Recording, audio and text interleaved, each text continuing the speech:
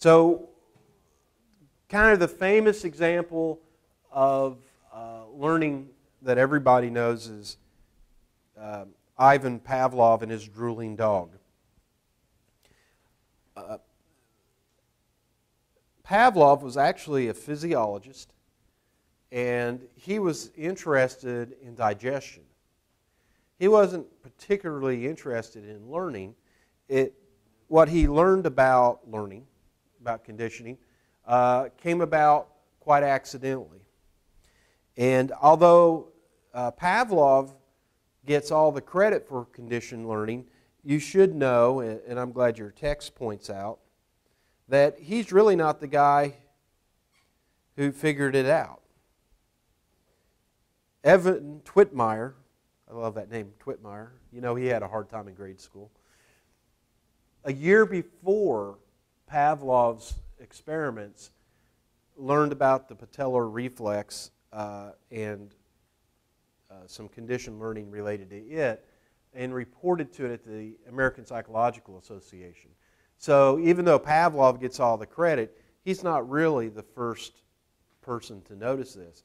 And that's not uncommon, that somebody will get credit that maybe somebody else could have deserved. You'll see throughout science a lot of these things kind of happen. For example, Darwin just barely edged out another guy on publishing, a guy named Wallace. And actually Wallace's getting ready to publish is what finally pushed... I didn't say Freud, did I? Did I say Darwin? Good.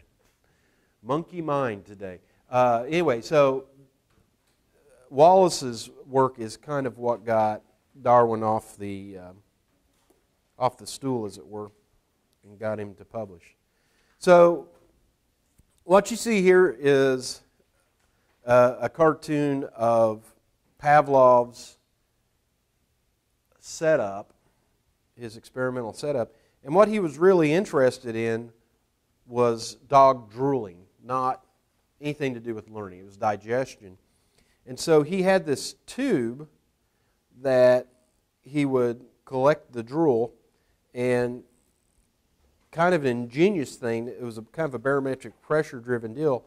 If you had a drop of drool, it would come down into this container, this flask that had fluid in it, and that pressure would change where the needle on this recording drum would move. So what Pavlov noticed, quite incidental to what he was studying, was that when they presented the food, you would have, the thought was, you present the food, dog sees the food, dog starts to drool. Very surprisingly, what happened is the dog started to associate the presentation of the food and the people bringing the food with food, and so the dog would, in anticipation, start to drool. And that opens up this whole big scheme of learning. And the field that this opens up is classical conditioning. And classical conditioning is one of the major types of learning that you're responsible to know about. Classical conditioning is a type of learned response where a neutral object comes to elicit a response when associated with a stimulus that already produces that response. So we're talking about some stimulus in the environment, some object, some person, some event that takes on the meaning of a second thing. And these are all terms that you're going to want to get memorized as quickly as you can. The first term I want you to know here is the unconditioned stimulus. And the unconditioned stimulus is a stimulus that elicits a response such as a reflex without any prior learning.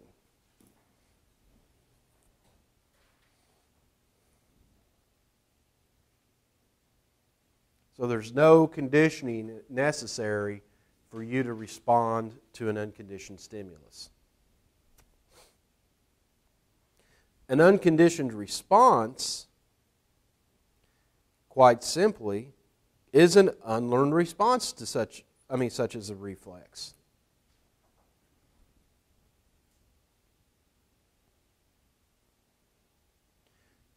So, an unconditioned stimulus would be something like food. Without any conditioning, you learn to like food.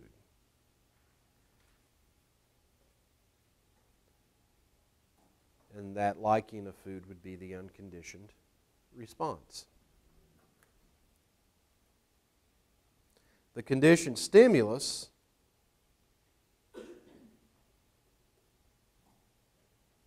is a stimulus that elicits a response only after learning has taken place. So this is the previously neutral stimulus that takes on meaning when it's paired with the unconditioned stimulus. And the conditioned response, you should be able to guess, but you won't have to, is a response to a conditioned stimulus. It is a response that has been learned. I'll give you just a minute to catch that up. I absolutely promise you, you will see these terms. You will be asked to discriminate between them. You will be given examples where you'll be asked to identify what the conditioned response is, the unconditioned response, so on and so forth. You're going to see this again. Okay, so let's think about these terms that we were just working on. So just to, we'll drop back to that screen and use the Pavlovian thing. And you can read this in your text also.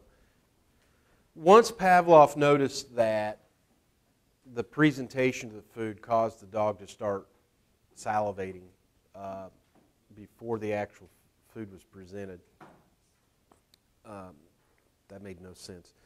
Once Pavlov realized that the dog was anticipating the food being presented, was making the dog drool, they got real interested in this. And so what they then started to do was pairing stimuli like a bell with the food. All right, so the bell would normally have no meaning to the dog, right? You can go home, trust me, you can go home and ring a bell near your dog. They're going to look up, go, what's going on, and then take a nap. All right, so what would the bell be in our study? Conditioned stimulus, very good. And out of the very first definitions I gave you, why would the dog pay attention to the bell?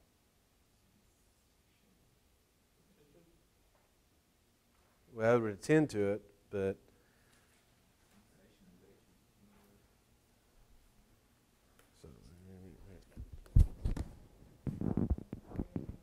right, to be an orienting response. The bell is something novel, so he'd want to look. And depending on what happens next, either that bell would take meaning or it would not.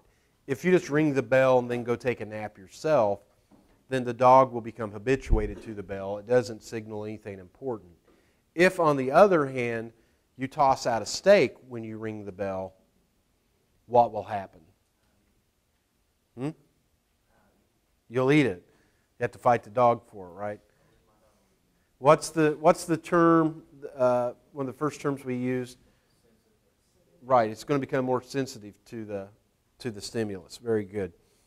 And so we pair our conditioned stimulus, our unconditioned stimulus, and what would happen eventually is we could quit giving the dog the steak and ring the bell, and guess what happens? The dog drools. Very good. And so that's, in the basic sense, just how conditioning works.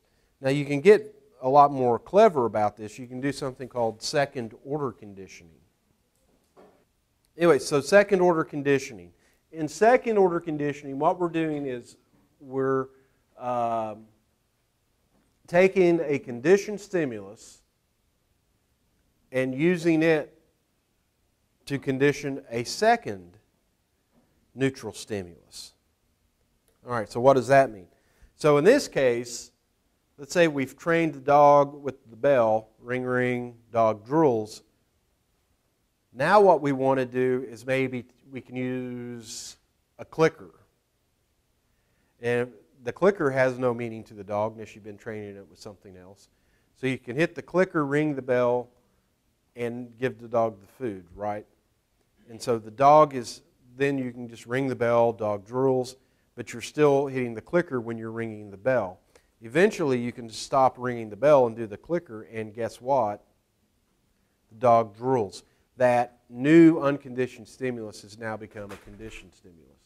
Or the new, geez, this is just not my day. I woke up this morning and I knew it was going to be one of these days. All right, so the bell, which was an unconditioned stimulus, then becomes conditioned. But you can get it into other problems too. You can have stimulus generalization. And stimulus generalization is learning that occurs when stimuli are similar but not identical. There should be a not hidden there somewhere, isn't there? Yeah, I've found an error here in my notes.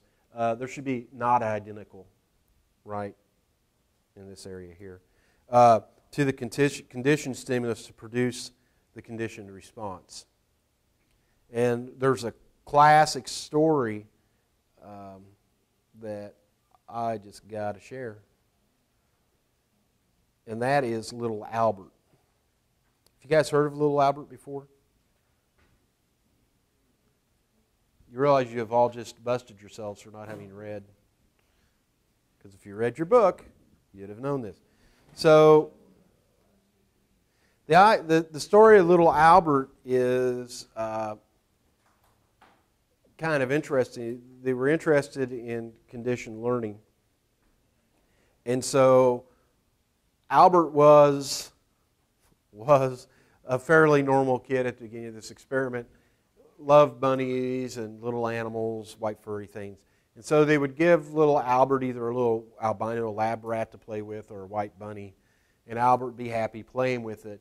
And I wish I could make this up, but what they would do next is they would come up behind Albert with something like cymbals, something to make a lot of noise, and just scare the bejesus out of the little kid. Isn't that great? And so every time, you can imagine what happened. Probably the bunny goes flying into the air, the little kid starts crying.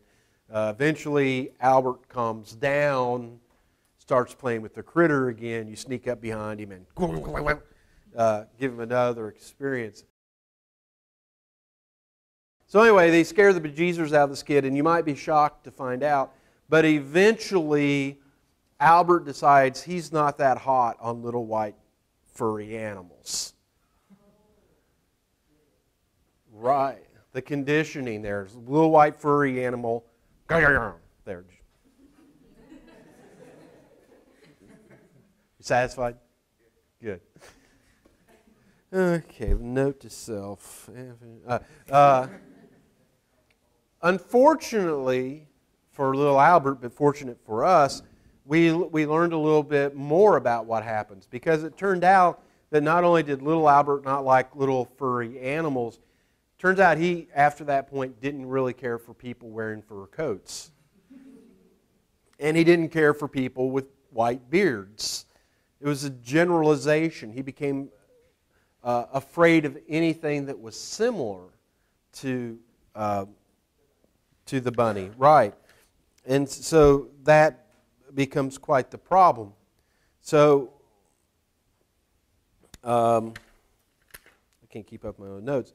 So stimulus generalization can be a handy thing, because it can help you learn that maybe two circumstances are alike, that So you don't have to learn everything completely over every time. You can learn, for example, that if you use that colorful language your mom doesn't like, as say you're like 5 years old, you've learned some really neat new words. And you learn that maybe fried green tomatoes is not the place to stand up on the bench and yell out your new word. Your mother might condition you not to say that there. And you might suspect, if you're tempted to stand up in the pew at church and yell that very same word, that that's not a good idea. So that stimulus generalization can be very handy, even though there are some downsides. Now, there's another side to this story, and that's stimulus discrimination. And by discrimination, we don't mean something bad. We just simply mean that we're telling two things apart. And so what occurs in stimulus discrimination is being able to make a differentiation between two similar stimuli when only one of them is associated with the unconditioned stimulus. So in our conditioning of using the new magical words, mom smacking you upside the head would be the unconditioned stimulus. You don't need to learn that you don't like that. But what you might learn, and in fact what most little 5-year-old boys do learn, is that the real lesson is don't say that word when mom's around. And so you've discriminated what conditions that the consequence follows.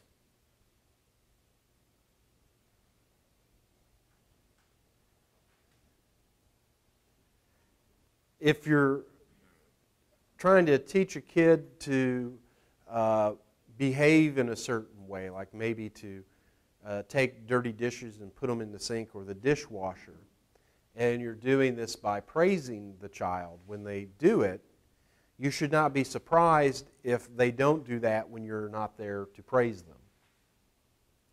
Again, that would be another case of stimulus discrimination.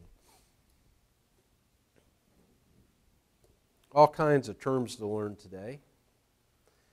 We call the formation of an association between an unconditioned stimulus and a conditioned stimulus acquisition. Acquisition.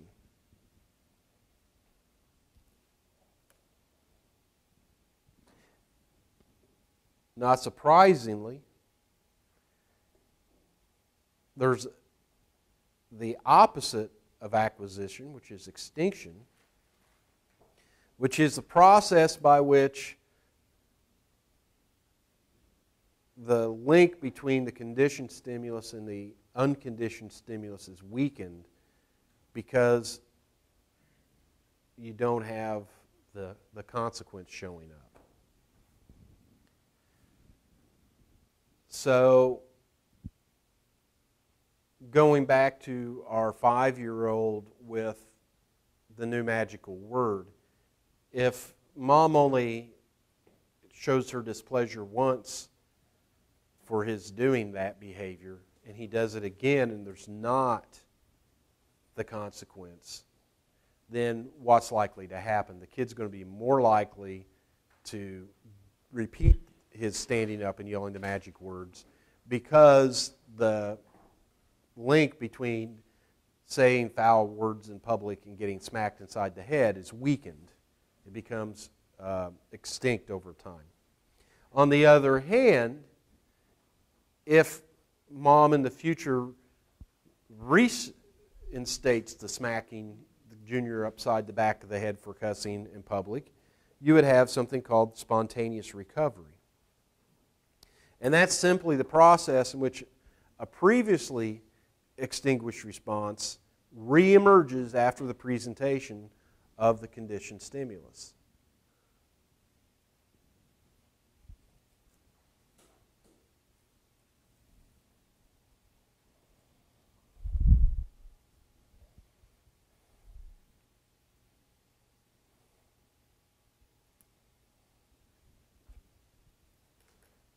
Finally, conditioned inhibition is a term we use for a circumstance in which we learn that an event signals the absence of the unconditioned stimulus.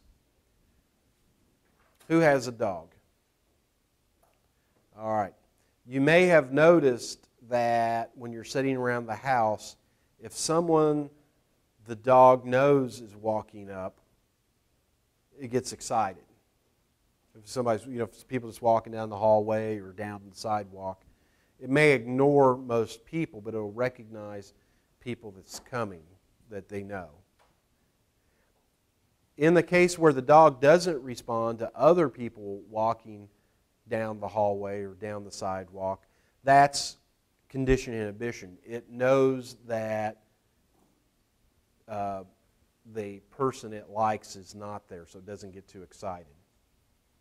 There may be, in the case of cats, very simple-minded creatures, that the sound of a can opener gets them excited, right?